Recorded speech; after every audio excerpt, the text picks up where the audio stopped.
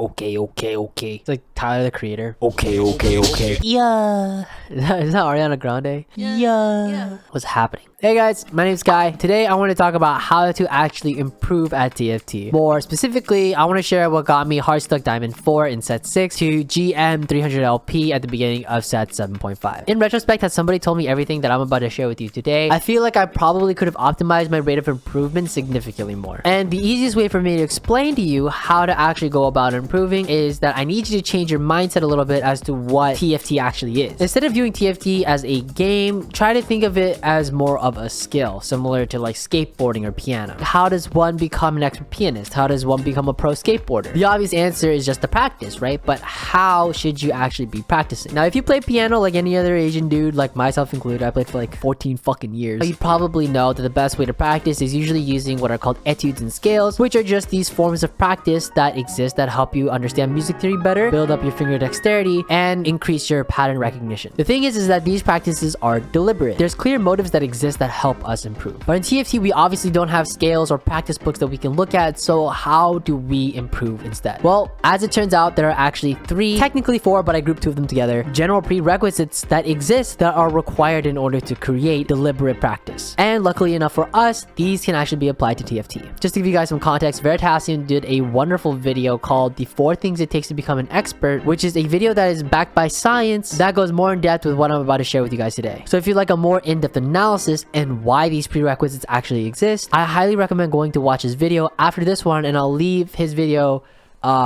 in the info card somewhere up here. But to quickly summarize this video, the 3 prerequisites required for deliberate practice are repeated attempts with timely feedback, valid environments, and discomfort. Basically, by repeatedly attempting a skill slightly outside of your comfort zone within a valid environment with timely feedback, you will improve. So what does that mean for us? Well, let's go over each individual prerequisite and talk about how we can apply that to TFT. The first one, and this is the really big one, and this is the one that I combined into 2, but repeated attempts with timely feedback. For us, this means 2 things. 1, you simply just need to play the game, get those repeated attempts in. But 2, have either yourself or ideally a coach or a higher elo player who's able to review your gameplay and tell you what they think is going wrong with the way you play. But obviously, since in most cases we're working with just by ourselves, how do we actually give ourselves feedback? More specifically, how do higher level players manage to give themselves feedback? Well, let's take a brief look into educational psychology to figure this one out.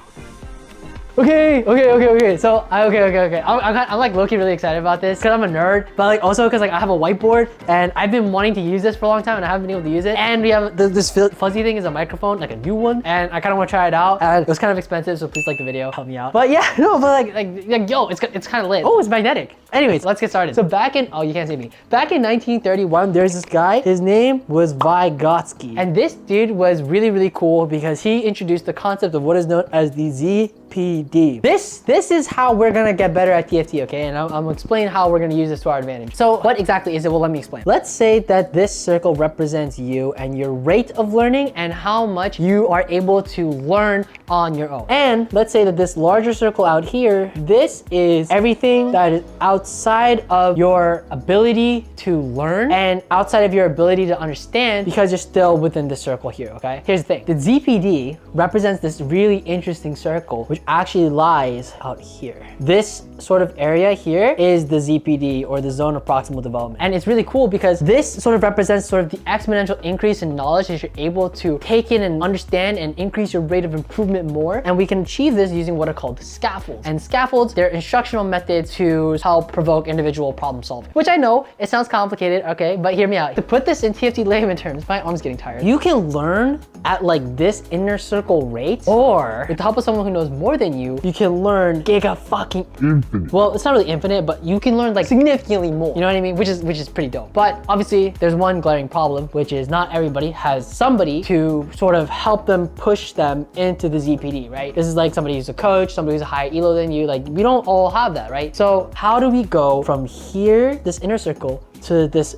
middle ring circle here by ourselves. And this shit is so cool, okay? So we can do this with what's called self-scaffolding. Back in 2005, there's this dope-ass researcher. Her name is Amy Snyder-Oda, who is, I believe she's currently an associate professor at the University of Washington, so she's very smart. But she wrote a really dope paper called The Interlanguage Pragmatics in the Zone of Proximal Development. The whole thing about this is that she basically talks about how language learners are able to self-scaffold in order to teach themselves the language better. Now, even though her analysis was strictly on second language learning, or SL2, there still exists really important takeaways that we as fucking nerdy gamers can take away and apply it to TFT. So based on the journal, Ota proposes that rather than understanding the ZPD as a strictly interpersonal space, it may be more useful to consider how the mechanisms of the ZPD may be internalized in your fucking brain over the course of cognitive development, such that literate adults become able to manage the ZPD for themselves, that's really important, for themselves, as they interact both with people and other SL2 sources. And yes, while she does say both with people and other SL2 sources, she does further propose that whether the ZPD emerges in talk and interaction between people or as more cognitively mature learners interact with L2 artifacts, the fundamental ingredients of the ZPD remain unchanged. That is, the learner is, with assistance, able to outperform what he or she could do without assistance. Now, while this does sound blatantly obvious, because we live in an age of information where we have so much access to fucking info everywhere, seeking outside resources to generate self-scaffolds is the best way to improve in literally every skill, including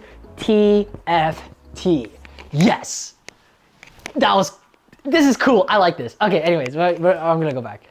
All right, so how the fuck does this apply to TFT? I'm glad you fucking asked. Number one, which is again the most obvious one, but if we know of somebody who is of higher elo or is even a coach, it's almost always beneficial to ask for a second opinion. Their input may open up newer lines that you just were not privy to. Number two, if we are by ourselves, which is again the majority of the case, we can look for resources outside of the game, such as VOD reviewing high-level players, analyzing high elo Twitch streamers, twitch.tv/watanabe_kai. I heard this guy's hitting stat 8 challenger. No. Yep.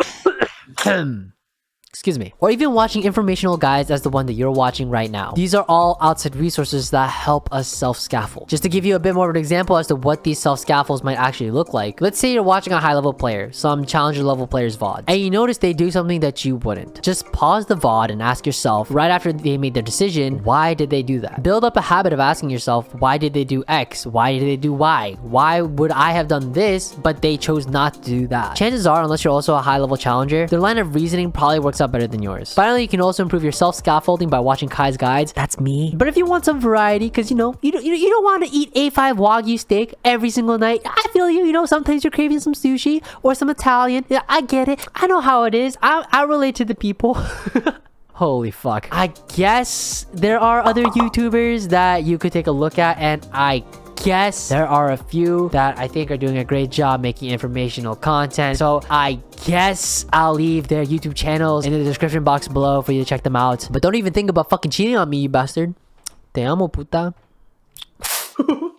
Dude, what the fuck is this video? All right, anyways, moving on. Next is a valid environment, which is really just an environment that contains regularities to make the outcome somewhat predictable. That's what TFT is. We don't have to worry about that one. And finally, discomfort. Just like me, for real. How does comfortability affect your rate of improvement? Well, let's go back to the piano example. When learning piano to become better, an intermediate player would not play Mary Had a Little Lamb every single fucking time over and over again, expecting to improve. You might become a master at Mary Had a Little Lamb, but that is all you will ever be able to do. Even if you play that shit a million times, you're never gonna play more advanced pieces like La Campanella. So obviously, in order to improve, you need to find pieces that make you a little uncomfortable. Find pieces that present a challenge but are within your playable reach. Eventually, by approaching the limit of your own ability to learn, this discomfort breeds challenging yet surpassable obstacles that help improve your overall skills. So how do we apply discomfort to TFT? Just fucking play ranked. You're not gonna improve playing against fucking Disneyland bots and normals every single day, okay? Go into ranked and get your rank up. Finally, one last tip that I kind of want to briefly touch upon that I think is very underrated, and it seems obvious when we talk about it, but I think it's forgotten when we actually put ourselves in these scenarios. But please, you need to be approaching the game with what's called an internal loci of control. An intrinsic loci of control, or internal locus of control, where it's the same fucking thing. It's a psychological term that describes individuals who believe the events in their life are primarily a result of their own actions. TFT, at the end of the day, is a game of variance, and your only job as a player is to try and control the variance as much as possible. Let's say you lose a game and your only takeaway was, I just didn't hit my units. You're not really seeing the reason why you didn't top 4 in that lobby. Did you really not hit your units, or did you sacrifice too much HP in the early game just to do some sort of crazy fucking roll down while you were contested against somebody else in the lobby who already had like half the shit that you were looking for? In other words, unless you're in like not even just challenger but like high challenger, where there are going to be a couple of incredibly low roll games where there's only one correct line of play and you just need to hit these units, and if you don't hit it then you just didn't hit and you just got absolutely fucking mort dog, which again rarely ever happens even at the highest level of play, there are definitely going to be changes that you could have done to play the game better. It's important to rewatch your own gameplay with an open mind and think critically about how you really could have approached the game better. My personal golden rule of thumb is this, and I'm applying this way fucking more next set. Rewatch your own VODs until you make 3 mistakes. It doesn't matter how small or minute those mistakes are, just keep track of those mistakes. Once you queue up your next game, try to avoid those said 3 mistakes. Rinse and repeat this method, you're gonna climb fucking infinite.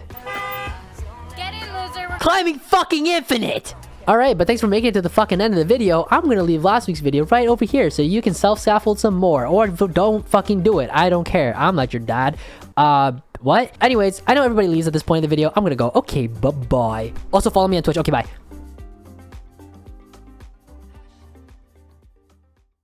I don't know. I might stick this at the very end of the video, but I'm filming this whiteboard section at the very end, and I'm very clearly more excited to film this part of the video than the other parts. So I'm curious to see if that like translates kind of awkwardly, but I mean, it's what, bro, I have a whiteboard. Like, this is cool, man. I want to do this more often. This is cool. This is fun.